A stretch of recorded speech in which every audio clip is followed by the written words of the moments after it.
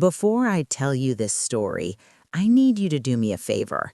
If you've ever been blamed for someone else's manipulation, if you've ever been called the problem for seeing the truth, hit that like button and subscribe. Because what I'm about to share will make you question everything you thought you knew about family loyalty. For 3 years, I was the villain in my son's marriage, the overbearing mother-in-law who couldn't let go. He chose his wife's family over me, cut me off completely. But when their perfect facade cracked and they turned on each other like wolves, he finally saw what I'd been protecting him from all along. My name is Diane, and I'm 52 years old. I worked as a nurse for 27 years before I retired, and I've been a widow for 5 now. My husband passed from cancer, and it broke something in me I didn't think would ever heal. But I had my son, Trevor. He was 23 then, just starting his career in tech, and he became my whole world. Not in an unhealthy way. I never wanted to be that mother who couldn't let go.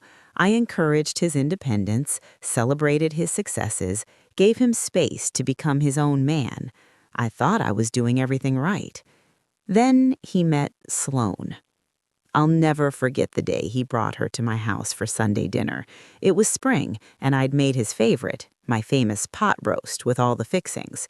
He was glowing, practically bouncing with excitement as he introduced her. And I have to be honest, I understood why. Sloane was stunning, tall, elegant, with this air of sophistication that made my little home feel suddenly smaller.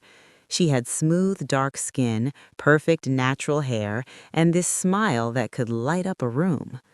The wedding was beautiful, I'll give them that, but standing there in that grand ballroom, surrounded by crystal chandeliers and ice sculptures, I felt like a ghost.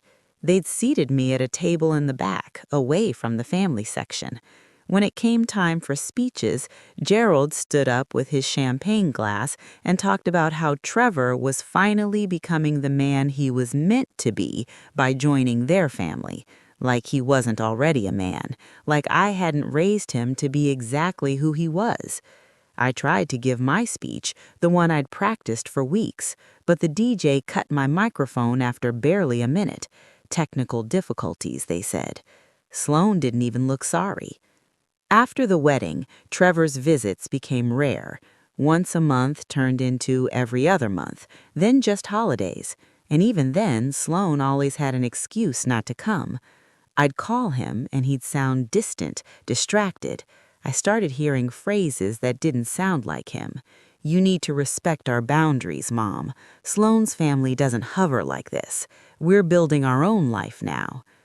The breaking point came at Thanksgiving dinner at their house.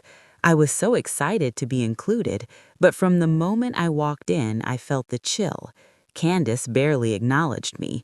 Gerald made comments about certain people not understanding their lifestyle. When Brielle openly mocked my dress, calling it vintage, in a way that wasn't a compliment, I'd had enough. I said something. I defended myself. And Sloane exploded. She called me jealous, bitter, and controlling. She said I couldn't accept that Trevor had outgrown me.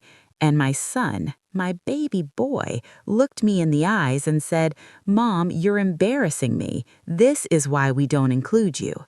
I left that house in tears. That was 2 years ago. Trevor hasn't spoken to me since.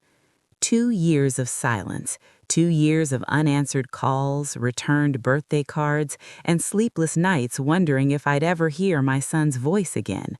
I threw myself into volunteering at the community center, tried to build a life that didn't revolve around the hole in my heart, but every day felt incomplete. Then one afternoon, I ran into Jordan at the grocery store. He was Trevor's best friend since middle school, and the look on his face when he saw me told me everything. He was uncomfortable, shifting his weight, avoiding eye contact. But I pressed him. I needed to know something, anything about my son. What he told me made my stomach drop. Trevor and Sloane had moved into Gerald and Candace's guest house 6 months ago. Jordan said Trevor seemed different, stressed, thinner, quieter. He'd stopped hanging out with his old friends, and when Jordan asked why they'd given up Trevor's apartment, Trevor just said it was temporary and changed the subject. Why would a grown man with a good career move into his in-laws' guest house? Something wasn't right. A week later, my phone rang at 11 p.m., unknown number. I almost didn't answer, but something made me pick up. It was Brielle, and she was drunk. Her words were slurred, angry, almost incoherent, but I caught enough. "You were right about my family," she said. "We're all terrible, all of us." Then the line went dead. I sat there staring at my phone, my heart pounding. What did she mean? The next morning, I saw it. Candace had posted on Facebook a long, rambling public accusation. She was calling out Gerald for having an affair with his business partner. The comment section was chaos. Brielle was there too, typing in all caps, "Finally, the truth. Dad's been cheating for years." Their perfect family was imploding, and everyone could see it. What happened next was like watching a building collapse in slow motion. Gerald fired back with his own post, claiming Candace had been embezzling from their family business. He had receipts, bank statements, everything. Candace responded by hiring a lawyer and threatening to expose his tax fraud. Brielle was posting screenshots of family text messages, airing every piece of dirty laundry she could find. Their business partners were getting involved. The local news picked up the story. And Trevor and Sloan were living right in the middle of this war zone. I heard through the grapevine that there were screaming matches every single night. Gerald had moved out but kept coming back to fight. Candace was spiraling, making wild accusations, and Sloan was desperately trying to control the narrative, deleting comments, blocking people, maintaining the illusion that everything was fine.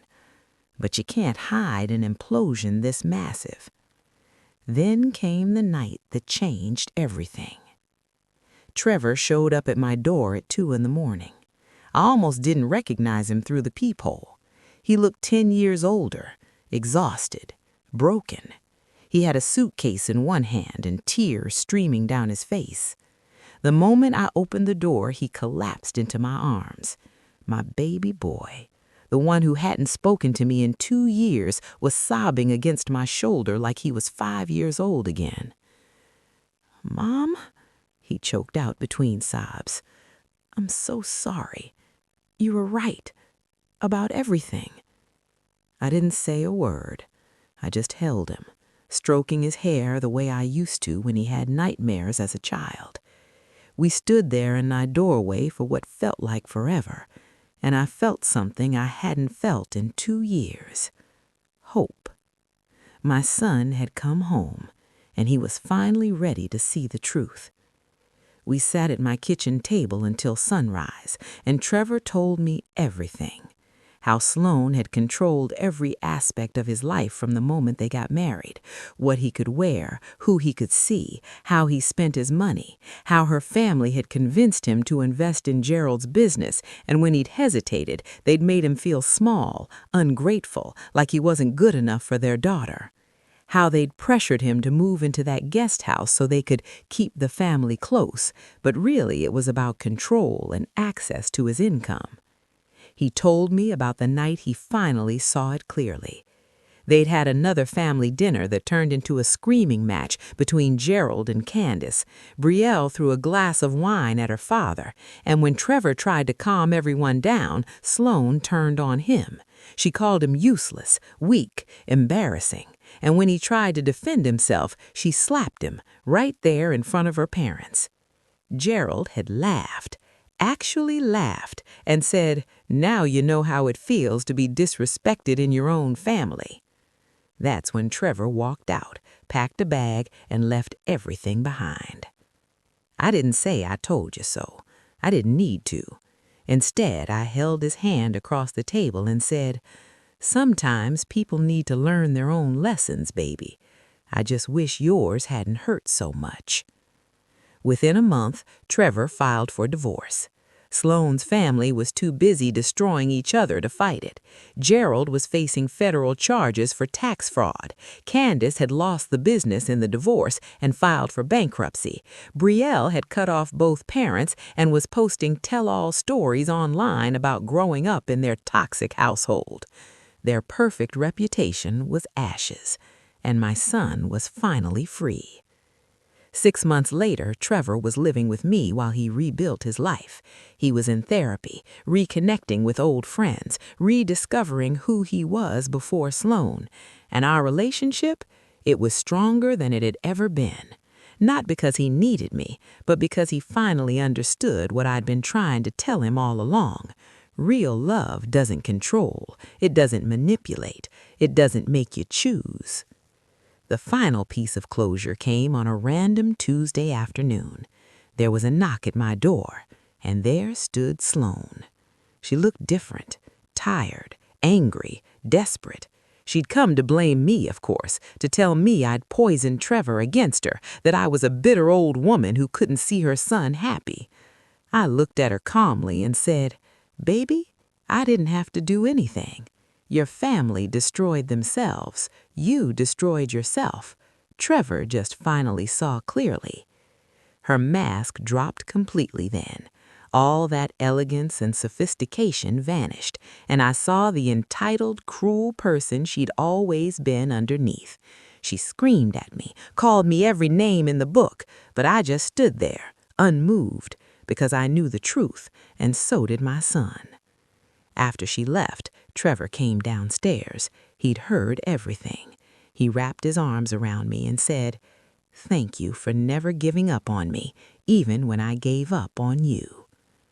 Here's what I learned through all of this. People will call you the villain for seeing what they refuse to see. They'll paint you as the problem because you won't play their game. But the truth always comes out. And when it does, when the house of cards collapses and people show their true colors, that's when the ones you love finally understand.